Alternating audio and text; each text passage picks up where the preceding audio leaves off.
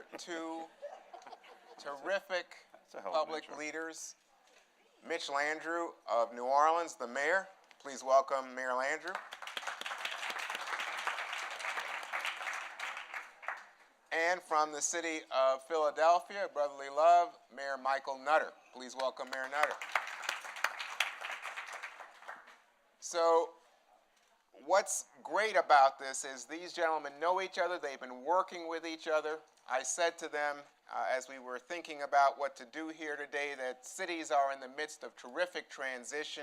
A generation ago, picking up on our first panel about housing, whites were moving out of cities. The suburbs were the white donut around the black center of urban life in America. Now we're in a period in which we see the level of racial integration rising in cities. You suddenly have the possibility of, as we see in Mayor Landrieu's case, a white mayor in a mostly black city again. You see this not only in New Orleans, you think about Detroit, Gary, I could go on, but you also have a situation where quality of life issues and understanding how to bridge the racial divide is playing out in American cities in quite a unique way right now. One of those issues that we just saw discussed in the panel on crime has to do with the racial aspect, racial tensions that attach to considerations of crime and media coverage of crime in America. These two mayors said to me a few minutes ago, in order to get away from a lot of the racial static that attaches to any discussion of crime, they have a new way to look at the issue. So let me throw out all that I was thinking about in terms of the parameters for the discussion and ask you, Mayor Landrieu, how you like to help Americans see the crime issue in a way that really focuses their attention. Juan, thank you. And it's great to be with all of you, especially with my good buddy, Mike Nutter. First of all, everything that Juan said was an accurate historical description of the changing wave of demography in American cities. Around 1960, around that area, with the GI Bill, folks were moving out and around in the suburbs. Now they're moving back downtown. It's presenting a lot of interesting challenges for a lot of different cities. And the issue of race that has been with us since the beginning of our time in America continues to be an issue that we deal with. I read a quote the other day that I wish I could remember so I could give it attribution, but it says you can't turn the page on history until you actually finish reading the page. And I think that's an interesting thing because when people say we're in a post-racial America, I think they're wrong. But as I've said, you can't go over it, you can't go around it, you got to go through it. And part of going through it is going through it for everybody, not just for some people. So as a mayor of a major American city, when you're working on crime and you're working on safety, those don't necessarily mean the same thing to everybody. In some neighborhoods, is it did somebody break into my house? Did somebody steal my bike? In other neighborhoods is who got killed and who's killing. And one of the things that Mayor Nutter and I have spent a lot of time on, and I want to really give him credit for his courageous willingness to talk about this issue, is who are the victims of violent crime in American cities today. And I say this because as mayors, really, there's nothing better that we like politically than to say, well, I'll solve the crime problem in my city and everything's great. Since 1996, the murder rate in America has gone down from 20,000 murders to 14,000. And by the way, my per capita and my absolute numbers have gone down. Aren't we terrific? And that's an easy narrative of the past 20 years, and there are lots of people that can claim a lot of credit for helping that number go down, and it in fact absolutely has gone down. But as the chief pointed out, when you get down to the down, which is 14,786, somewhere around that number in America last year, and you count the who got killed, and then you ask where they got killed and how they got killed, and you boil the numbers down to who the victims are, what you find is that over half of them in America, over half, the victims were young African-American men between the ages of 16 and maybe 25, 26. And even in some cities that have reduced their absolute numbers and their per capita rates, if you boil that down to neighborhoods, and then you ask if young African-American men are at risk for being killed, in all cities in America, the number goes up to in some instances, 100 times the per capita rate for the national, for America. And so we have been focusing on who the victims of murder are in the United States, and then who's killing them. Okay. And that would take us to where we were having our discussion previously. So, Mayor Landrieu gives you credit for helping people to focus in here. And one of the things that you mentioned to me as we were discussing this is, rather than simply becoming a niche discussion, isolated, just about black on black, young people, young male black on black crime, it actually helps you to see this issue of crime and city life more clearly. What do you mean? Well, you have to look at crime as it affects your city or your locale. You can't have a great city, you can't be a great city if people don't feel safe. And just because it's not happening in your neighborhood, it's happening in our city. And so the number one cause of death for young black men in Philadelphia and many other cities across the United States of America, 16 to 34, is homicide. 80% of the folks that we arrest for murder are African American men. Anywhere, any year, even with the numbers down, last year we had the lowest number of homicides in Philadelphia since 1967. But even in that, I still know that somewhere between 70 and 75% of the victims, who more than likely also have a previous criminal record, and the perpetrators, who also more than likely have a previous criminal record, usually both groups have somewhere between 8 and 10 priors. More oftentimes than not, know each other. Not necessarily friends, but know each other. So we have all the same people chasing all the same people morning, noon, and night. In your city, but now we're here at Aspen. I appreciate the invitation for both of us and supported certainly by Comcast. But now you have to talk about how is that portrayed. Crime is down in New Orleans last year. Crime significantly down in Philadelphia last year. Most people don't know that because they are fed a daily diet on the 6 o'clock news from about 6 to 6:12 of every bad thing that happened either in our respective cities for our local market, and if no bad thing happened in Philadelphia that particular day, then I will find out about one maybe in New Orleans or somewhere in California or somewhere down south, because something bad must have happened somewhere in the United States of America today, and it is imperative that I tell the local viewers about it. And so if people don't feel safe, they aren't safe.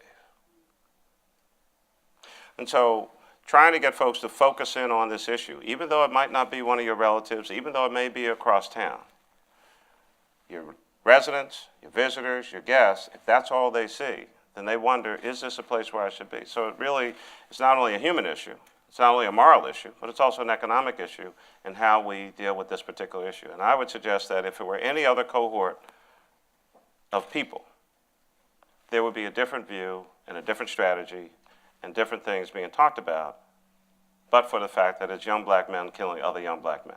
But it does help, and I think that's why the two of you have come together on this issue to say, okay, so let's focus on this. So, in short, why are young black men killing other young black men? Well, I mean, if I had the complete answer to that, I'd be considered a genius. There are a lot of factors that go into it. And so you have to talk about education, you have to talk about poverty, you have to talk about literacy or illiteracy, you have to talk about employment or lack thereof, and the conditions that are going on in many of those communities. And even with many of those conditions, we cannot sit here and say that everyone who is subject to those conditions is going to go out and kill someone. There's a very small proportion of people who actually engage in that kind of behavior. But we do know that the environment does have some impact on what goes on. We'll see images. The previous panel, I think, was talking about how folks perceive different people. So if you are perceived as negative, if you're perceived as criminal, if it's automatically expected or accepted that that's the kind of behavior that you will engage in, and you see no other way out. If you're 18 years old and don't necessarily see yourself getting to 22, you're making a lot of different decisions than anyone else in this room is making, because they could actually see a future for themselves.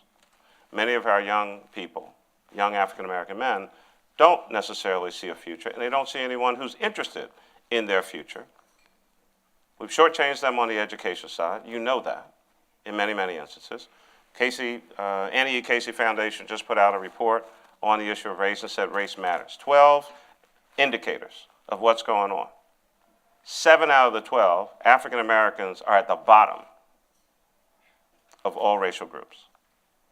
That kind of disparity and no known large effort to do anything about it tells these young people in many instances, not accepting responsibility for their own actions, but that no one really cares about you.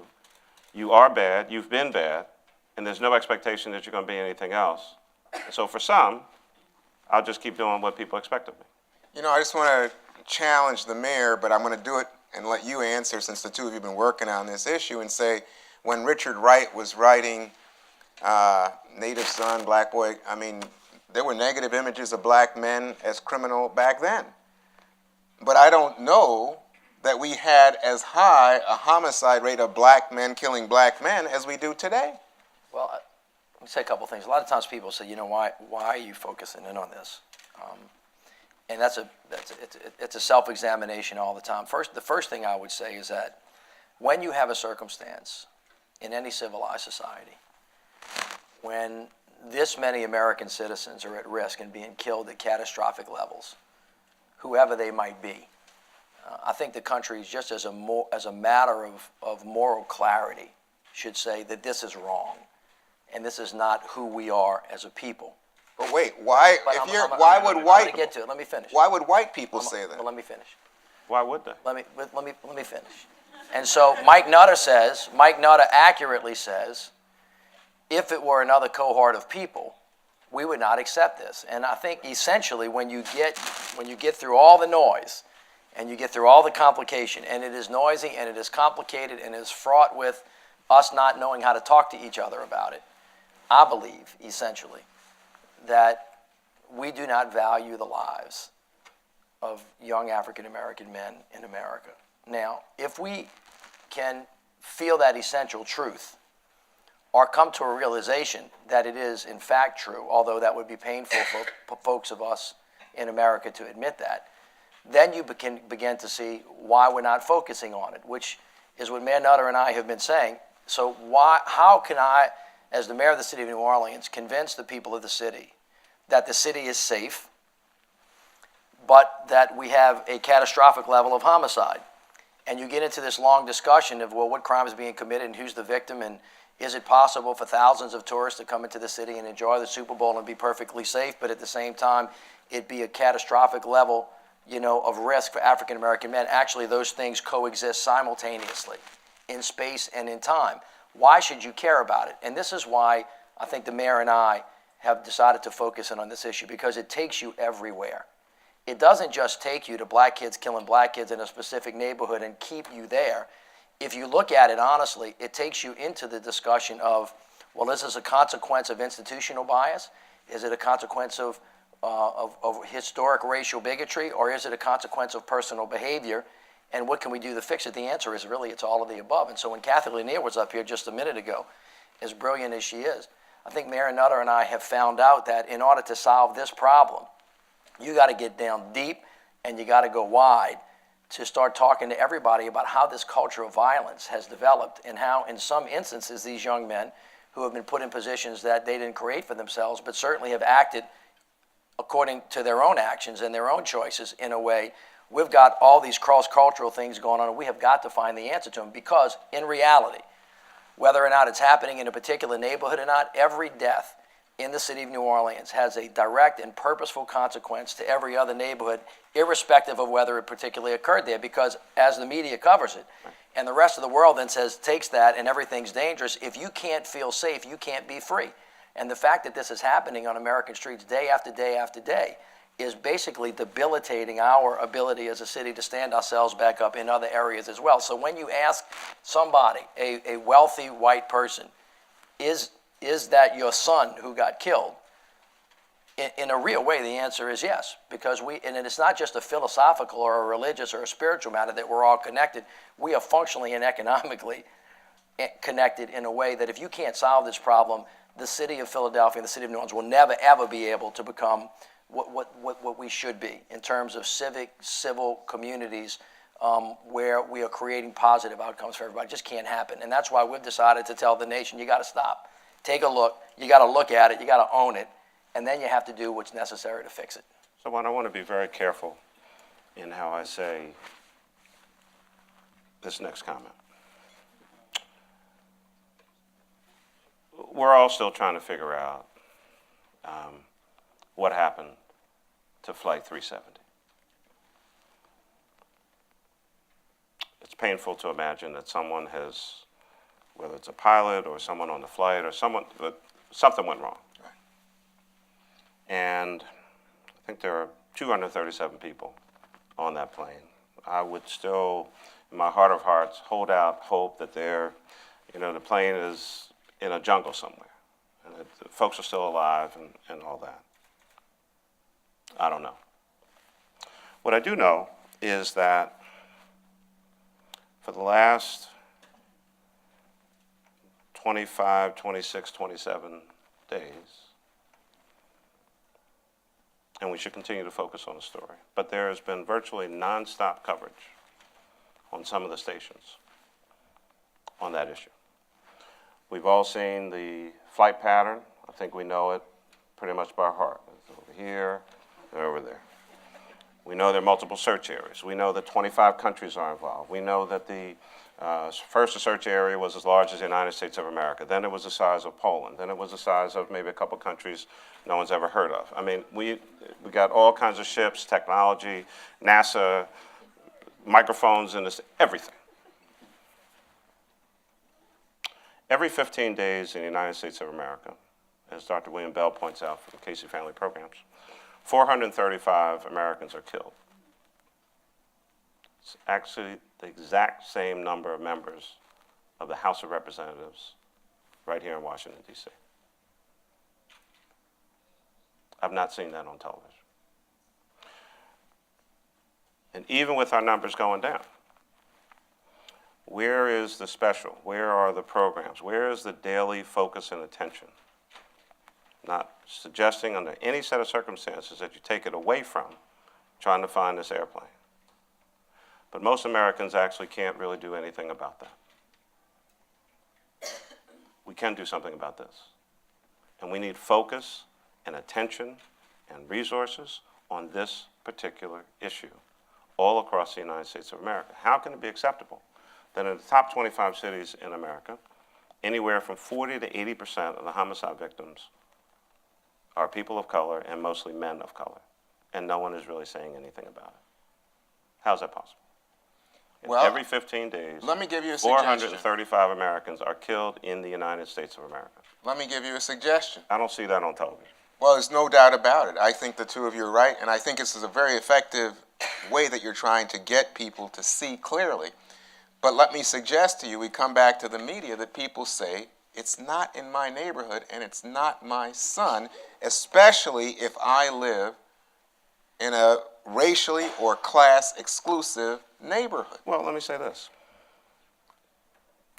In the 60s, big debate in the United States of America, college students demonstrating, all kinds of things going on in the country about the Vietnam War. On a black and white television, because the young people may not know anything about this, but there used to be black and white TVs when it first started. Channels. With 3 channels. Vietnam was this far off place that you couldn't Google it yet because that didn't exist yet, and the internet maybe had not really been discovered yet. So you had to look in these things called an encyclopedia to find Vietnam. But when Americans started seeing on the nightly news the body bags coming back, they said, we've had enough of this. Every neighborhood didn't have the civil rights protests and marches and the beatings and the hangings and the lunch counter demonstrations.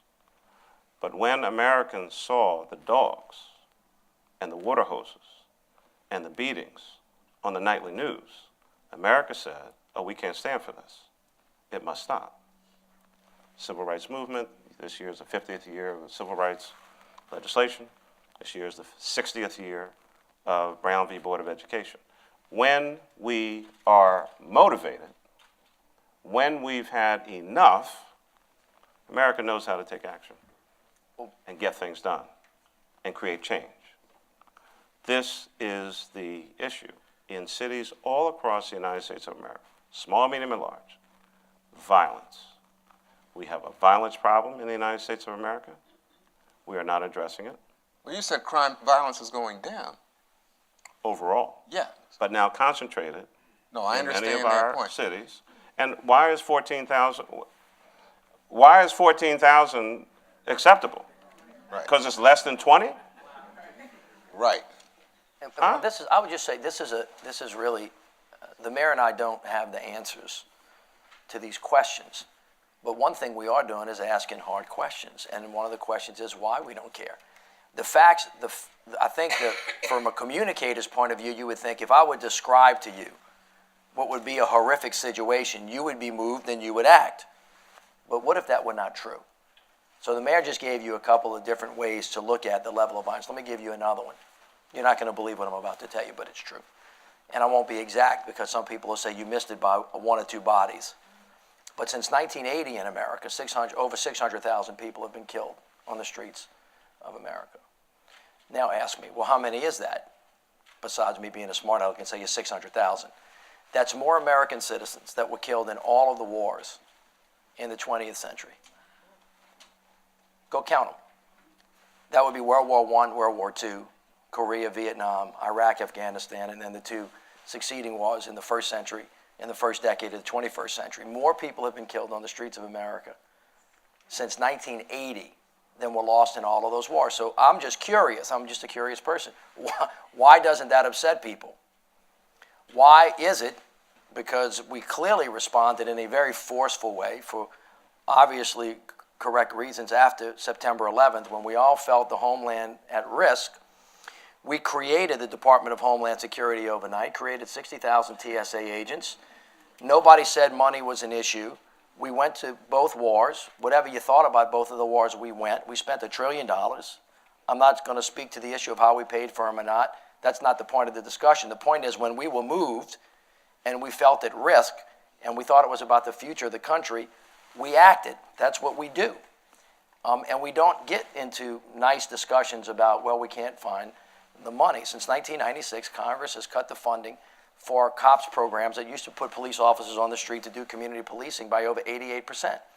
And the federal government basically has said we don't have any interest in, like we used to, in making fighting street crime a priority. We'd like to, but we don't have the resources. And there are a whole bunch of reasons why we can't get done what everybody says needs to get done. And in the meantime, we continue to have these catastrophic deaths on the streets. Now, that's one institutional observation. It is also true, so as not to alleviate the responsibility from individuals who actually pick up a gun and shoot somebody else, that the personal responsibility of their behavior continues and should always be in the forefront of the mind. And so somebody should ask a question who's a lot smarter than me. What has happened since 1980 where these young men have felt the need to resolve their differences at the point of a gun? I'm a little bit older than you, but when I went to school and I was watching that same TV, they didn't have remote controls, by the way, and if you had a big family, you had to call saved if you wanted to go get something to eat. I have 8 brothers and sisters. I'd never get back to watching Bonanza. It never happened, or the Jetsons. You know, the question then gets to be, when we used to get in fights after school, it was a little fisticuffs, and then, you know, we were gone. And plus, I never really intended or wanted to kill or be killed, but something has dramatically changed. And it doesn't just speak to them and their personal behavior, it speaks to cultural norms. So Ray, a minute ago, said something that was very interesting to me, because, Chief, when I started talking about this, I would use words like their behavior is irrational. It doesn't make any sense. I can't understand it, until I started talking to some of the kids who basically said, hey, man, you don't know what you're talking about. Out here on the street, this is a quote, it's kill or be killed. Right. And by the way, I don't feel safe calling the police because they don't help, they hurt. And it's a whole bunch of stuff that all of us are involved in. And so what I like to tell people who want to get into a historical debate about whose fault it is, I gotta have to just say this because it's too big to understand. I don't know whose fault it is. I can't get there. If people want to talk about that, that's fine. But I do know whose responsibility it is. Mm-hmm. to fix it, because if you're going to fix it, you got to acknowledge that it's happening. Then you have to commit yourself to doing it.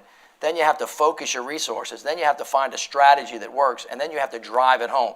And I think what the mayor and I have been trying to do in a very specific way is go back into our communities and say, what exactly does everybody have to do? Not just the police, who have to find the bad guys and stop them from shooting each other, but how do you get the 5-year-old and stop him from moving into that environment? What's the teacher have to do? What's the university president have to do? What's the social worker have to do?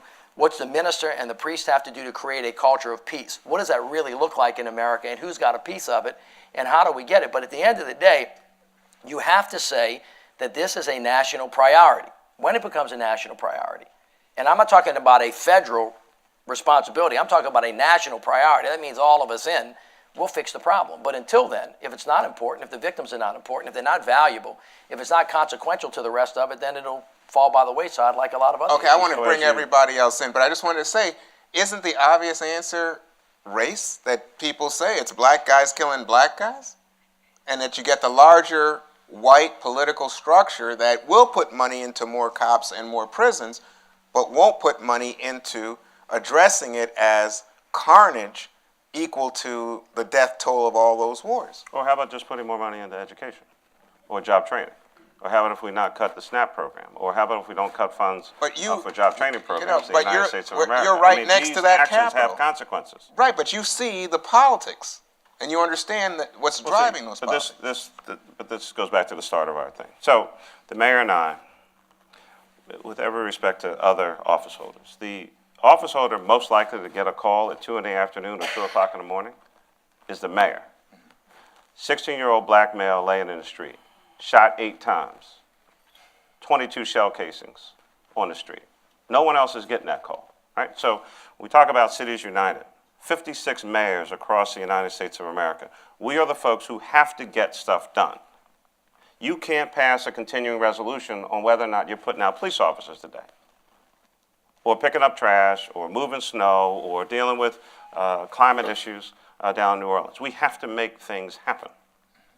And so, yes, there are crazy bad gridlock politics in Washington, D.C. from time to time. But as Mayor Landrieu said, this is a national priority. So, you know, I don't know that the Congress was in love with each other prior to September 11, 2001. But they figured out a way to work together to make sure that the homeland was going to be safe and put a whole lot of other nonsense to the side. And did create a whole new agency and fully funded it. And I don't see them having any bake sales in recent times to try to fund their operations. So we are. But I asked you about racism.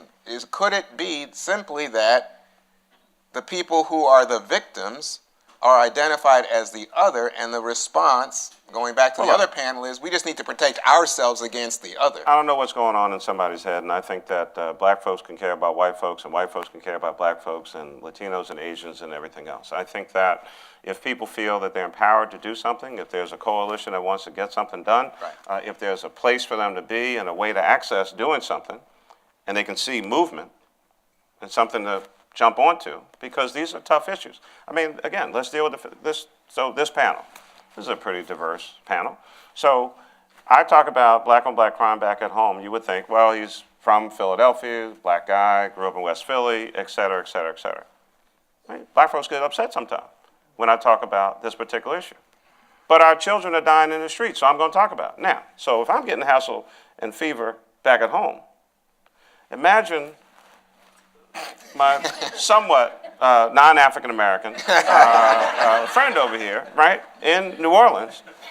If you are not black talking about these issues, you're going to catch hell for talking about it, and your kids are dying, so you're going to catch hell for not talking about it. So what we say to our fellow mayors is, do the right thing, talk about the issue, because when you're caught between getting the hell on one side and catching hell on the other side, just do the right thing, go up the middle. We have to be able to talk about this issue, but these are serious issues. And he shouldn't be out there by himself, and he's not. And the clergy has to rally around it, and then our traditional organizations have to rally around it. The mayor said when we were in the back, so I'll say it now, because it's easier for me to. If the Ku Klux Klan killed 200 black men in the city of Philadelphia, I can assure you that we would be on lockdown. FBI, Secret Service. I don't think the CIA can get involved in this kind of stuff, but who knows? Every federal agency known to mankind would be up there trying to figure out what in the world is going on. But 200 black men were killed in Philadelphia last year. As one of my fellow mayors said, it's mass murder in slow motion. It just happens this day, and then there's one like a couple of days later, and none of which are generally reported on the news unless it's really horrific or there's nothing else going on in the town. But if it was a different kind of situation, folks would be outraged. Dead is dead. No matter who did it, how it happened, or whatever the case may be, we need to be focused on the fact that if people are dying in our cities, something has to be done about it, and we are part of that responsibility. And the mayor he gives you a good analogy. Let's think through it, because he said it fast.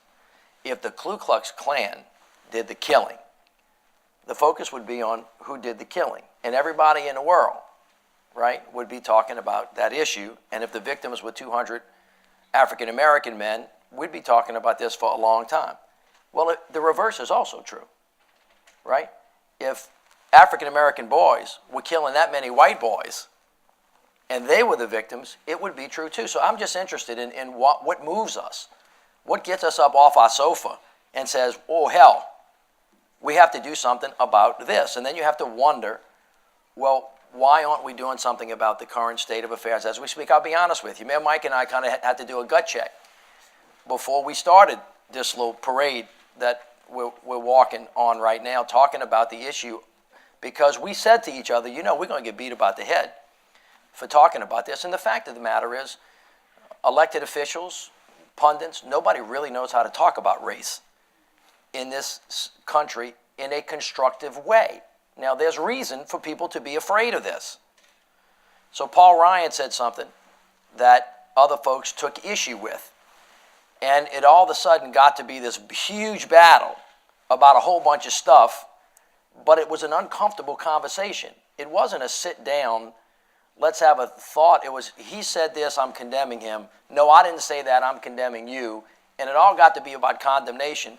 And the talks that were going on were people yelling across headlines, et cetera, no wonder why people who want to be thoughtful and think through and being able to say, I don't really know how to say this, I'm not trying to create something that's not, how do we really deal with the issue, right, that gets it past race, right, or through race, because it's always a component, but to the thing, which is to create a safe place for people to live. How do we actually have that conversation? The reason people don't talk about it is because it takes you places you don't want to go. If you're on the law enforcement side, it takes, police into the spot of being oppressors, going after guys and treating, and it gets you into stop and frisk, and it gets you into a whole bunch of stuff. But here is a fact. Mike Nutter will back this up. What we know is that about 5% of what's going on in our cities are being done by 5% of the people. And many of these guys are bad. Now, how they got bad, why they got bad, whether they couldn't have got bad, but here's the fact of the matter. They are hurting each other and they're killing somebody. And as a matter of public safety, you have to stop them. That requires somebody to stop them. That's not a happy interaction.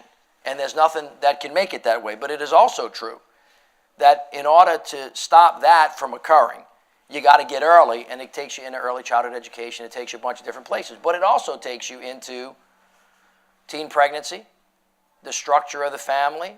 It takes you into every uncomfortable side on the liberal and on the right side, conservative side, of every social issue that we had. We're about to have a big fight in this country about Daniel Moynihan's report that he wrote back in the 60s. We're about to have a big argument about it. It's going to be interesting to me how we have that conversation. I'm just saying to you that it's not an easy conversation, and we haven't learned to speak about it much better. And you have gone through this in just the way we talk about President Obama, where he came from, his birth certificate, that whole thing, right? In this country, we don't know how to deal with it. And what I'm suggestion that we're making is we've got to figure out how to cut through that, not be afraid of it, not shy away from it, give each other a lot of room in how we deal with all the substantive issues, because as I've said, when I look at the reasons why this happened, I'm saying it's all of the above. right. And you got to get in it, and but you got to be able to dig down into it so that you can get a reasonable answer and a solution to what it is that's being produced. Okay, so people who want to ask a question should line up, and we're going to give Mayor Nutter the opportunity to speak right now. So, one other element you have to add in here, and why don't people want to talk about these issues? So Mayor Mitch is absolutely correct. Race, always uncomfortable, people fearful, careers have been destroyed, you say the wrong thing, you're done. Tough to talk about crime in America, and homicide in particular, without talking about guns. Well, that just takes you, oh my goodness, you can't start talking about guns. 85% of the murders in Philadelphia and in most big cities across the United States of America with illegal guns. I'm talking about illegal guns. So I've said before, I support the Second Amendment. I also think I have a First Amendment right not to be shot. Those rights are not at odds with each other. We have to learn in this country how to be able to talk about preserving rights, but also being safe at the same time. Many states have figured it out. Ours, Pennsylvania, we're pretty lax in that regard. The flow of illegal weapons all across the United States, remember, I'm going to say every time, illegal weapons. These are not folks who are walking into the local sporting goods store, right? You can rent guns in many cities across America. You just looked at me like, huh? I didn't know that. Yeah. Yeah. You can go into places that have stash houses in your cities. Oh, illegally? Illegal, yeah. I mean, again, this is not the... No. I didn't know if you meant that you could legally go rent a No, gun. no. Okay. Right? You go in the house, they lay out the stuff. This is what we have today. Which one do you want? I want that one. Put your money down. How long are you going to have it? We know who you are. You better bring our thing back. You go do your business, you bring it back. That's what's going on. It's easier for some children in the United States of America to find where the guns are sold than to buy a book. Why is that? There are no gun manufacturing plants in North Philadelphia. Yet there are a lot of guns. North Philly, West Philly, South Philly, and a variety of other places. So the moment you start talking about violence and homicide and understanding the weapon of choice is a handgun, you get into a whole other conversation that a whole lot of other people don't want to be a part of. All right, let's go to the questions. I understand that the problem You is... should tell us who you are, where you're from. I'm Courtney Gaskins, and I'm Weren't you with just on the Youth other for panel? Tomorrow. Yes. I was. Sorry. There's no room for honest dialogue. I think that's the theme here. You can't solve the problem without being honest about the issue. And it gets to a point where, because people are in the spotlight about how they truly feel, they can't say how they truly feel. So I think about South Africa and Desmond Tutu and having amnesty and the ability to come forward and really say what's on your mind. And I was back in that generation where we didn't have a TV, so we were happy when we got the one black and white. And at that time, there was an opportunity, and I knew how my white neighbors felt about me. I knew how my black community felt about the white neighbors, because we would say those things to one another. And so therefore, from that conversation of honesty, we're able to change things. A really good example for me, I was down in Henry County. I hate to give them the spotlight in Virginia. They had the highest teen birth rate, predominantly white, 95% white. When I went down there for the town hall, people were getting up and saying, well, when women got out of the home, that's why teenagers started getting pregnant. They said things that were very offensive to me as a female in the room. But after I got through and hearing what they had to say, it provided for good dialogue. It provided for good, honest dialogue to initiate change in a county that obviously people had their own perceptions of how things are. So in my mind, I think you're right. We're never going to change this issue until we close the doors of Congress, take the videotapes out or take the media out, and people can have an honest dialogue about how they truly feel about people of different color. I mean, do you agree? Or I would say this. I have found in my walk through life that most people are pretty good people. yes, absolutely. And at least in modern day New Orleans right now, most people want to solve the problem. I do think it's easy to scare folks out of the room unless you have people committed to sit. But once they begin to work with objective data and not only listening to other people's anecdotes about their perception of the data, but really seeing stuff and their commitment to work through it, you generally can get to a fairly good place. Now, whether or not that translates into the country compelling Congress to do a thing or not is a completely different matter. I can say as a mayor, I love Congress's help, and I hope I get more of it, but I certainly am not waiting for it. And so in New Orleans, we're designing our own plan. And I know in Philadelphia, they're designing their own plan. Now, at the end of the day, what's happening in this country, and it's a slow roll down the hill, but it's absolutely happening, is that you have folks having to take care of themselves. And poor communities are kind of on their own, and rich communities are on their own. And this divide is being manifest over time. But as Marinetta said, if you think about, the amount of resources that used to come, but they don't come now, and what folks are being left to, we're basically having to figure it out. And it's going to have to get figured out from house to house, neighborhood to neighborhood, church to church, right? And we're going to have to change the culture. And then maybe Congress will respond or maybe they won't. But you got to have the space where people, if I say something wrong to you, you can't just say, that guy's got it wrong and he's got hate in his heart. And you got to give me room to learn how to speak in a way that will be responsive to what it is that you're looking for. For example, when you were on this panel a little while ago, you said something that I took issue with. You made it appear as though young men who do bad things don't have personal responsibility.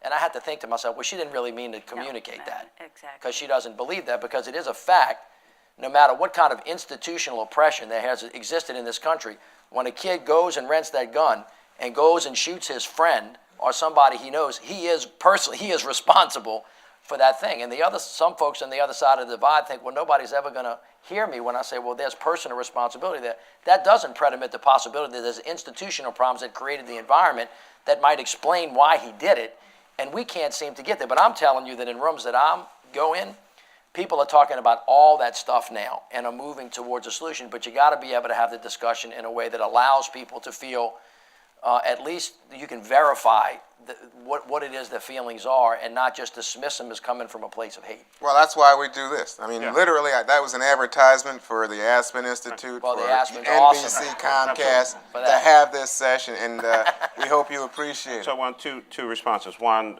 the first is literally off of what you said. This is a conversation and an environment that, quite frankly, I would like to encourage the Aspen Institute and Comcast and others to sponsor all across the United States of America. I mean, it will be somewhat similar to our own attempt at a version of truth and honesty and reconciliation similar to South Africa. But I will say to you that as important as I think those conversations are, and we as a nation need to get a little more comfortable with the honesty in being able to have these discussions, quite frankly, in many instances, I can't completely wait until the hearts and minds are fully comfortable, and that the bandage that needs to be placed on a lot of these wounds, we can't wait for that. I would suggest, in addition to the moral argument, there's just a pure economic argument. There's a pure reality argument. There's a pure what's in our best interest argument. And so in the Annie E. Casey report, one of the things, and I may get this a little bit wrong, but you'll get the point. The report said that if America had focused on and tried to close the educational gap of African Americans, Latinos, and Asians by 1998, that in 2008, the country would have benefited from $525 billion worth of economic activity and prosperity. So there is a moral case to be made, and I don't know that all the hearts completely converted just because folks saw dogs chewing on people's legs or black folks hanging from trees back in the 60s. I don't know if everyone completely made that transition. It hopefully just offended their sensibilities. I don't know that they then suddenly joined the civil rights marches. But they did say, that's wrong, and I can't deal with that. We need to stop that. So legislatively, we may not always be able to get folks to love each other, but many times I can stop you from doing bad things that you shouldn't do to a fellow American. And so let's work on the moral part. Let's go for the minds and the hearts. Let's also look at the negative economic impact of the consequences of many of these actions. We are hurting our own nation by not supporting the rising population growth of diverse populations, African Americans, Latinos, Asians, and immigrant populations coming to the United States of America, still wanting to be here, yearning to be free, and not getting the services and supports that they need in this great country of wealth. All right, we have another question, but before we get there, you had focused in talking to me about media. And you had mentioned, Serious and I imagine responsibility. it's true in New Orleans as it is in Philadelphia, the top of the 6 o'clock news, top of the 11 o'clock local news, crime Sure. can be in the city, or you say they'll find it elsewhere. Right. Well, isn't that a focus on this very problem? Because inevitably, as you both described it, it's black men, young black men killing young black men. Well, look, I mean, you know, there are a number of, any number of newscasts, but again, for the young people in the audience, there basically used to be like the 6 o'clock news, right? You had your local news at 6 and the national picked up at 6:30. Now it's news, and that's fine. So, you know, a half-hour news is really 22 minutes of news, and so here's the basic story. So let me give you 12 minutes of murder and mayhem. I might come back with one little feel-good story. Then we'll do a couple other things, you know, national. Then I'm going to give you sports, I'm going to give you the weather, and tell you to have a nice night. That's it. Someone has to make a decision about what goes on in those 22 minutes. And the fact of the matter is that, yes, some bad thing may have happened in the city of Philadelphia today. But you know what? A couple 100,000 young people actually did go to school today. Some of them actually learned something today. Many of them will actually graduate in June. Somebody hired somebody today, somebody opened a business today, none of which apparently is particularly interesting from a news standpoint. And so I think that the coverage, and one of the worst examples, again, on the issue of race. So you read or you see on TV from time to time, if someone has a particular type of clothing on. Well, that was a Muslim who robbed that store. Now, what I'd like to know is, what is the general clothing wear of Catholics? Might rob a store. Or a person of a Jewish faith who may break into somebody's house, or someone's Protestant or anything else. So that is the only descriptor based on religious belief or religious affiliation that you will ever see anywhere in the news media about Muslims, which then takes you, connect that next dot, which is often a precursor to, if it's on a national level, oh, it may be a terrorist. And so the images and the connections do all really matter when we start talking about safety and other issues. And so you'll see a lot of black folks on TV about crime, and unfortunately, high proportion of crime in Philadelphia is committed or victim, maybe African American. And so I think how the media talks about crime, how they portray crime, what are the faces of crime, what else is being done to make cities safe, all of those aspects are important, and you often only really see the one side. Bodies in the street, this is who did it, end of conversation. Wait a second. I thought you said you wanted that. I want attention on the issue, but I also want to talk about solutions.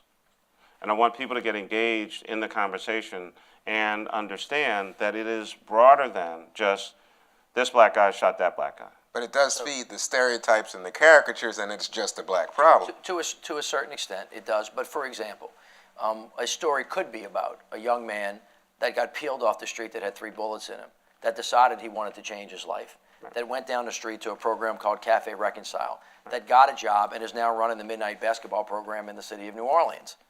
It could be about resurrection and redemption. It could be about every one of these kids can be saved if they did the right thing and we did the right thing together. There's not as much of that as should be. So people, quite frankly, feel like it's a fait accompli. One of the reasons people don't talk about it is because they feel like, well, what am I supposed to do about it? How can I help? And so it's my job and the mayor's job to point out to them, business community, this is what you can do. This summer, you can hire a young person to work for you. Right. All right, young person, this is what you can do, et cetera, et cetera, et cetera. Sister and father, this is what you can do. Right? Social worker, this is what you can do, and let's see if we can make a meaningful difference. The reason we know it works is because we're seeing success in our cities. In the last year, New Orleans murder rate was down 30% because we tried to do a whole bunch of stuff. Right. And that whole bunch of stuff that we're doing is starting to make a measurable difference. However, that's good. I want to be congratulated for that as a politician. But then I got to stop and say, but even on our best day, right now when we're working on this problem, we're still 8 to 10 times higher than the national average, and that is still unacceptable. And we as a country have to focus, because the economics of this, as Mike said, are pretty clear. That was a young kid named James Darby that got killed on Mother's Day. He had written a note to President Clinton 3 weeks before his death saying, "I feel unsafe." And sure enough, on Mother's Day, he got shot by a kid named Joseph Norfleet, who was 19 at the time. So that was 1984. Add the years up, Joseph Norfleet's been in Angola, which is our maximum security prison, and we've spent $790,000 in taxpayers' money caring for him. So James and all of his progeny are gone to history and death. And whatever he was going to create in his life, maybe he was going to be Wynton Marsalis, maybe he was going to be Barack Obama, maybe he was going to be an astronaut, who knows? But everything that he was going to produce in his family is gone to history, and so is Joseph's. And so the economic impact, if you added it up and you were crass enough, and people gave you freedom enough to attach a dollar to the value of a life, and you think about what we're losing, then that's just a number that you get and say, well, how come we can't pay attention to that? That's important for us to add into the things we're talking about. So as we talk about becoming a stronger nation, so you talk to a lot of people, talk about America being strong abroad. We got to really kind of muscle up and make sure everybody knows we're not to be messed with.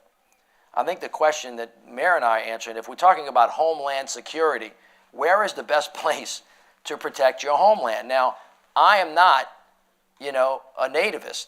I believe in America's footprint internationally. I think that's really, really important. But I have a hard time believing we can't find money to protect the homeland where we live when we spend $1 trillion without blinking abroad. Let me give you just another thing to think about, since if you think I'm wrong. From 2008 to about 2011, and again, I'm using round figures, we spent about $3 billion of all the money that we spent in the war standing up, Chief, police departments in Iraq, Afghanistan, and in Medellin, Colombia. $3 billion. That money was spent to help them hire police officers to make sure the streets of their country, in their cities, were safe. And in Medellin, to interdict the drugs that are coming over here. Now, I'll bet you that police chief would like a little piece of that. So he could put a couple of extra police officers on the street to receive the drugs when they come over here. So we call this Operation Full Circle. And when you ask somebody in Washington, can you help me out? Like Oliver, can I have more, please? They say to you, man, there's this thing called posse comitatus, where you can't spend DOD money, right, stateside. And I said, well, I don't understand. If the whole point is to interdict crime, and you're over in Medellin, Colombia, and they used money, this is called the COPS program in Medellin, where they hired 50,000 police officers with money from taxpayers of America. Why in the world couldn't we spend that on the federal government helping us hire police officers locally? So then people say, well, we can't get there because nobody agrees on anything. Let me tell you, I got two things that President Obama and the NRA agree on right now, and Congress can't pass it. One of it is increased federal scrutiny and prosecution of guns that are used to kill people on the streets of American cities. There's no way to directly indict somebody just for that unless it was used in some kind of drug-related thing, because we had a war on drugs and we wanted to get nothing directly on guns. But the NRA says they're against illegal guns. I'm against illegal guns. I'm for the Second Amendment, but I'm against illegal guns, and that's something we agree on, and Congress won't move that. Here's another thing. The NRA wants more police officers in schools, right? Vice President Biden and President Obama want more police officers on the street corner. You know what the difference in distance is between the street corner and the school door? It's about 50 feet. $4 billion for more police officers, because this is a national problem, not just a federal problem. They agree on that right now. And I'll bet you every police chief in America and every mayor would say, you know what? If you want us to do community policing, and if safety is really important, don't tell me we don't have the money. Just be honest with me and tell me it's not that important to you. Because that is really the honest answer to it, because budgeting is just a matter of priorities. I think we need to deal with that. We're out of time. We have one person. We're not leaving. Just staying. Oh, we have four. I tell you what. Well, Quick answer. okay. You promise? Yes. All right. Depends on the question. No. You got. All right. I'll do my best. We're gonna do very quick questions. Go ahead. Good afternoon. My name is Tania Hope Navas. I'm with the Baobab Fund for Racial Equity North America, which is actually a Brazilian operating foundation. And my question has actually evolved since I've been standing up here. And at this point, it's not really a question anymore, but more of a recommendation. Mayor Nutter, you mentioned that whole 6 o'clock to 6:12 time period on the news.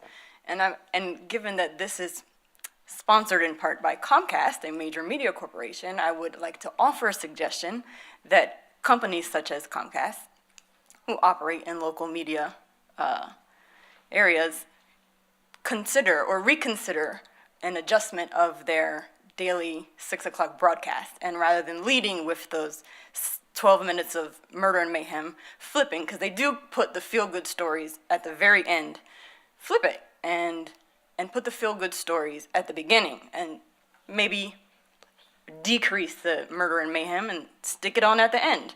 Just a suggestion, but the people who run the media companies have the power to change it, and if they hear our voices that that's not what we want to see from 6 to 6:12, maybe they will do something about it, and they can be a leader in making that change.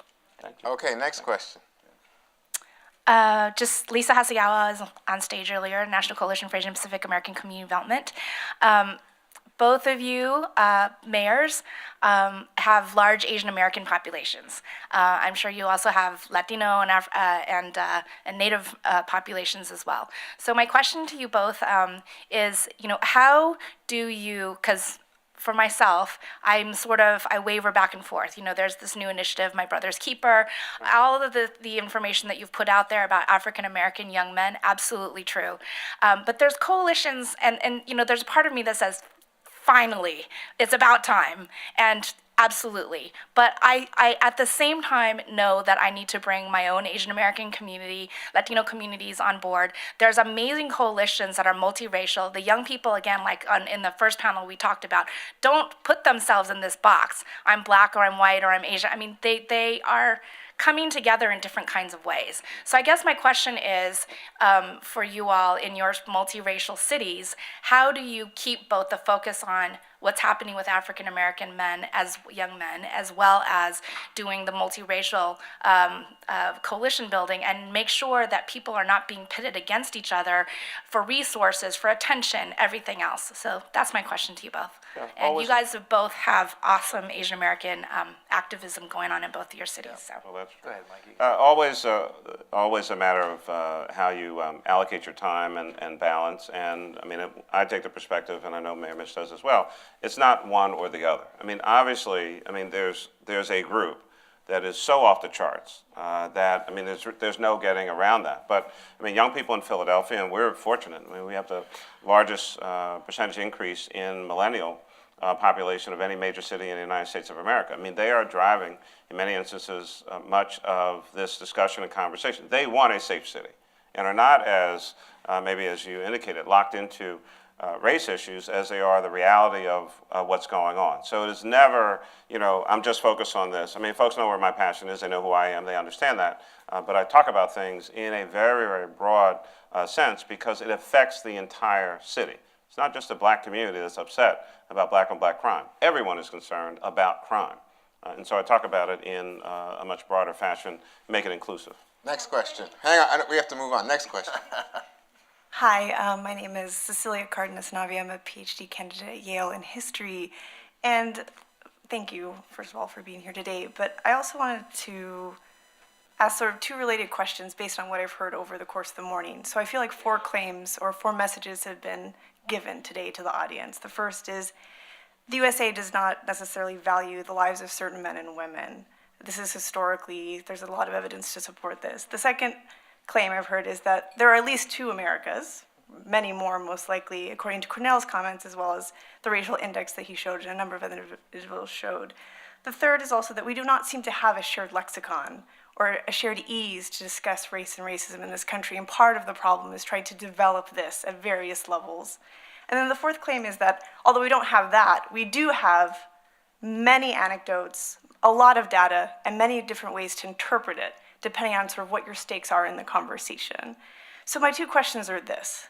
The first is, we have spent a lot of time today talking about overt aggression, overt violence, but recently the conversation is also shifting to... We really need the quick questions. Sorry, I'm wrapping up. Microaggression, also disparate health outcomes. So in some ways the train is shifting about how we talk about race and racism, and while violence does capture the attention, violence is enacted in many forms. So that's the first sort of, how are you guys thinking about addressing these new terrains for talking about race and racism? And the second is basically one about with the splintering of the media and where people get their news, is where they receive their messages.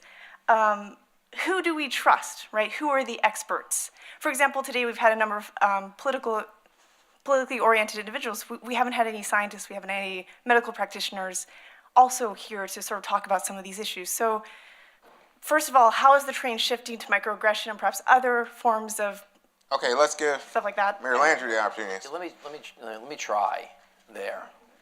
I want to say what I'm not trying to do. I'm not trying to solve all of the world's problems that have been created historically because of the racial difficulties that we've had. I recognize that they're there.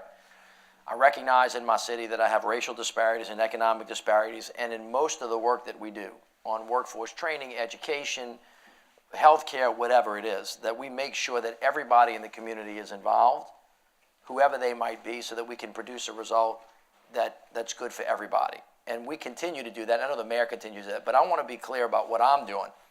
And I will not speak for the mayor in this regard. He can speak for himself.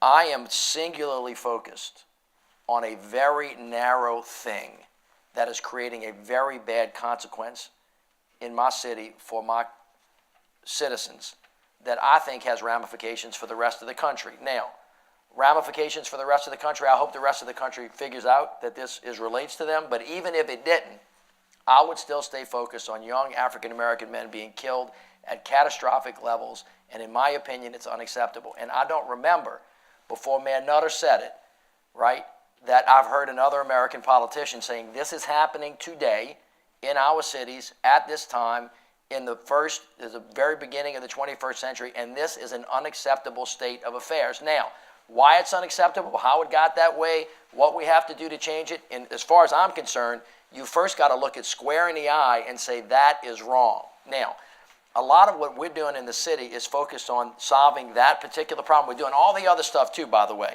for the rest of the 23 hours of the day that we work. But a lot of times, I've seen this many, many times, people want to take focus off of that thing.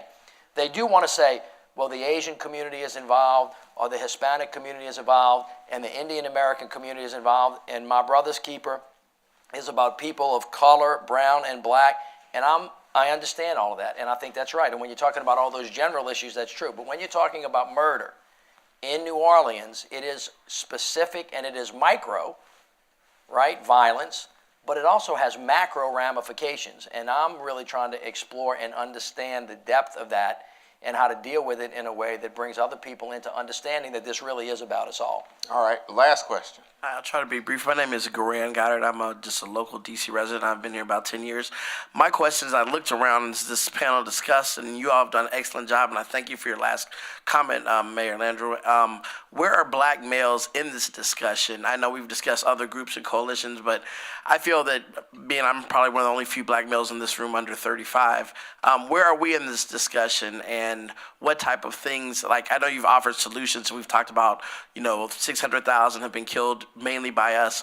Where are we in the discussion? Because when the Capitol gets on lockdown, literally because it's a terrorist attack, this whole city shuts down. But on a Friday evening where we're standing 4 blocks away, 4 black males are killed, and it's all you hear about is on the news, and you hear Kathleen Lanier trying to, reassure public safety. So where are we in it? And I know what kind of solutions can we just do as, I guess, individuals and to enforce public, safety and personal responsibility? Well, obviously I can't talk about what's going on or not going on in D.C. I'm trying to stay in my lane in Philadelphia. But all I can suggest to you, whether below 35 or not, I aged out of that a while ago, but get engaged, get involved. So back home, tons of groups and organizations that we keep at the table. I established after a predecessor mayor, Mayor Good, created back in '91 the Mayor's Commission on African American Males.